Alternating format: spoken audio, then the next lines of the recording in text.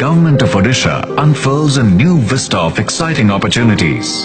Welcome to Dhamra, a port-based manufacturing hub located right next to one of India's deepest draft ports. In addition to being adjacent to a rapidly expanding all-weather seaport, Dhamra is well connected to Bhubaneswar via NH16, Howrah-Chennai Rail Link and National Waterway 5. The manufacturing hub has 6 industrial zones, which are buffered with ample green spaces, and each zone has its own utilities and public amenities.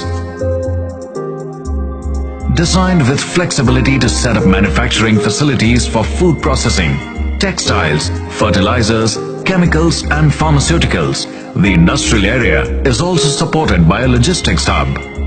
The industrial infrastructure is complemented with dedicated commercial, recreational and residential zones. Dhamra provides the benefit of intermodal transport and is also a part of the Dhamra-Paradip Corridor, one of the 14 coastal economic zones under the Sagarmala program. Dhamra has strong hinterland connectivity and is a part of the Chennai-Kolkata East Coast Economic Corridor. It is also an attractive value proposition for tapping into the markets of Southeast Asia.